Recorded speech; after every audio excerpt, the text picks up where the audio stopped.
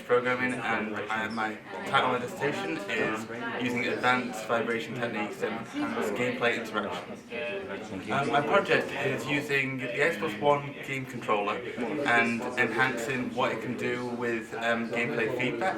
So I split it into two halves. One side was a game and one side was a simulation to try and improve the flexibility of vibration as a whole.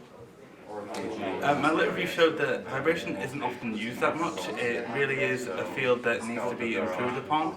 It's used quite often in virtual reality and in mobile, but as for consumer technology, it's often just not really seen upon as a useful way of feeding back to the player. So when it has been used, it has been very, very useful, and there has been some interesting outcomes, such as there was one person who used the Xbox One controller to let blind people see colour, and using just vibration motors, which was very fascinating since it really conveyed how much information could be transferred just through vibration. So the hypothesis of it was to just try and improve what was there.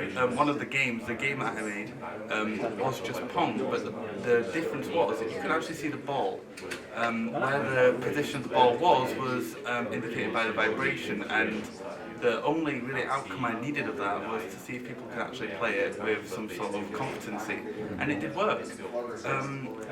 The coding language I used was, on the game side, C++ and OpenGL, and for the simulation side, Unity with C#.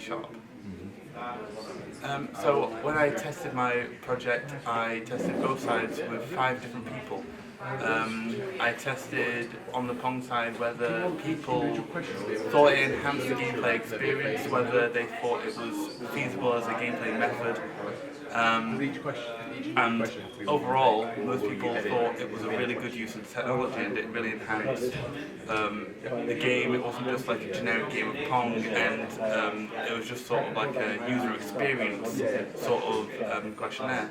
The other game I made, or the simulation, was based on what terrains they felt through the controller, because it was a driving game and they had to feel the vibrations underneath the wheels, and there was wooden planks, there was sand, and there was cobblestone. Then they, after the testing was done, they had to say which one they actually driven over. So it's more of a quiz with a right or wrong answer, and most people did identify which terrain they were driving over most of the time, and it did have a high success rate. I think it had 81% of people got that right, and also 81% of people thought that Pong was really, really good as a implementation of feedback method. The vibration game of Pong was a third-person sort of aspect. It was behind the paddle, and wherever the ball was, it vibrated. The outcome of that was a really high success rate.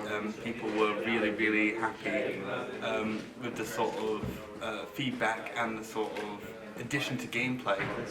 The other one was a train simulation used in Unity with some of the car mechanics that are already built in, and people found it very interesting to start off with. People didn't expect it, and once they got used to it, they were really, really happy with the sort of vibration that they were experiencing through the controller. The research outcomes, I've implemented methods that can be used in other games. So vibration can be added more as a feedback method, because a lot of companies and games use very generic sort of solutions, like when you shoot a gun, it'll be just a generic pound, when really they have a lot more control than that, and that's what I wanted to prove, and I think I did. Truthfully, the implementation was probably the best part. The actual getting it all working, and just like the whole idea and design really was fully built upon, and it was a really solid game on its own, and a really solid simulation on its own, and the technology itself sort of grew and grew. and it really shows, and it's become very modular and it's become very reusable, which was the main aim of this. It was really not to make this bespoke sort of game or simulation that just worked this way. It was to make this system that could work with more games, it could just be plugged in and it could work with any other future projects with ease, and I think that was really achieved, and that was the best part of the presentation.